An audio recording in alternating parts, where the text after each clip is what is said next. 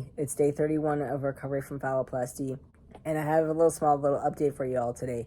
So I had my appointment with my urologist, as I normally had one on Wednesday, and I had already preset this one up on Friday, but we weren't really sure if we were going to be able to keep it, just because I did end up emailing Montreal and had some concerns about the rest of the stitches coming out, just because I wasn't sure if it should still come out, because it was connected right where the good skin is connected right to where the scab skin is. But it came back and they said, that it should be fine to come out. It's now been 1 month post-op. There really should not be any concerns for coming out, and if there was any concerns, I know that I was in a good place, that they would be able to take care of that and know what to do. So we went ahead and we took them out, but there was no issues once it came out. So yay, I'm glad and happy to say that all my non-dissolvable stitches are out. There's still some dissolvable ones, actually quite a few that are going to be coming out, but those ones should fall out on their own. So with that, some of them are embedded into the scabbing, so those ones really won't come out until the scabbing actually falls off. So,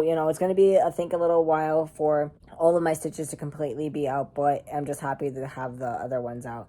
So also with today's appointment, when I did an appointment, I think about a week ago or so, I was talking about how they did like a swab on some yellow goop that was underneath the phallus. Well, they did end up coming back, and I went on some antibiotics, as you all probably now know if you've seen that video. But basically it came back that it was an infection that was something that did not like oxygen. So basically all I was told to do was air it out, and it should help to kill that infection. Also, the antibiotics would also help too. So they at that time, they weren't really sure exactly what it was. They just knew that it was an infection that didn't like oxygen. And then with more intense testing, it came back that there was actually 5 different infections at this point that they found in just one area, which was surprising to me. So most of them, though, again, were also only the ones that did not like oxygen and were able to kill it off with the antibiotics, which was good to know.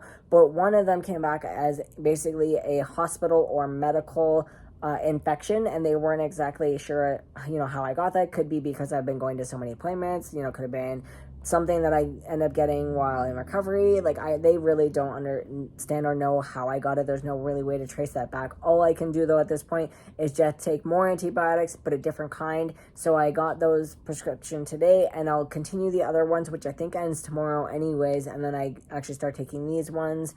And, that will then help, hopefully, the remaining of what is left. And hopefully, then once this is done, I won't have to go on any more antibiotics, and then just worry about the recovery side of things. But I'll obviously keep you all posted. But, I'm a little bit nervous knowing that there's already that many infections in one area, let alone we haven't done any testing or swabbing or anything like that on my arm. We've just been treating the hypergranulation tissue and the eschar, just as is. But also, I think the antibiotics that I'm taking, if there was any issues or the same concerns with the bacteria or infections that were on there, the antibiotics that I'm on would also help with that too. So it's kind of like a win-win. If I have the same types of infections, then I really I'm kicking 2 birds with 1 stone by taking these antibiotics. So yeah, I'll obviously keep you up to date on that.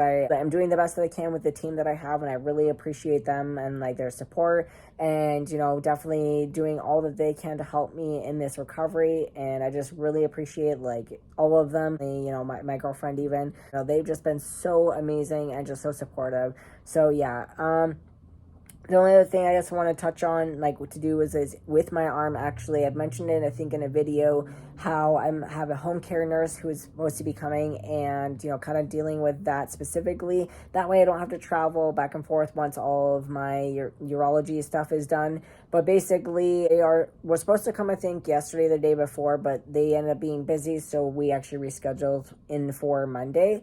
And now they'll hopefully come at Monday around, I think it's 10 o'clock. So I'll keep you all up to date on that. But basically, they're going to come in, take a look at everything. And, if there's anything I need to do differently or change, or, they can suggest, or just to make sure that things are still recovering well. That way, again, like I said, I don't have to travel.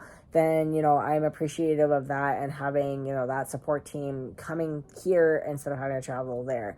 So yeah, I'm excited about that, and I'll obviously keep you all posted on, that and how that goes and just what that looks like. But yeah, everything is going well. Also, we saw my arm today after doing the silver nitrate treatments, and that was about 2 days ago. So we can do it every 2 to 3 days depending on how things look. But one thing I am noticing, which is kind of interesting, is there's still the hypergranulation tissue, so it's still there, but it actually has gone down quite a bit, which is really good to see. Obviously, it means the treatments are working, and we still had to treat them because they're still wet and they're still there, but it's just they have gone down quite a bit, which was just really nice to see. So I'm really happy. I'm really excited about that and seeing those changes. I'm really hopeful that that means that once the granulation tissue and hypergranulation tissue is gone, that it will then start to heal a little bit more in that like one little area, which I posted pictures of yesterday.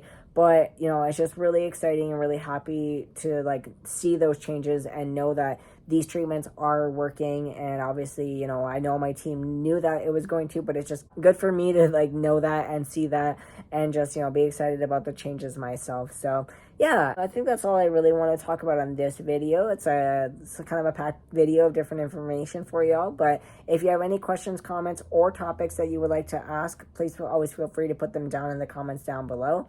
And also, as well, I mentioned in all my videos now that there is going to be a link in my description, and that will give you access to my Amazon wish list or a recovery tip option if you would like to support me in that way. But also gives you access to all my other social media pages if you would like to follow me on any of those, as I do actually have specific pages, like I mentioned, for just my regular social media, but also my recovery for phalloplasty. But yeah, and make sure you also obviously follow me and like and subscribe on here.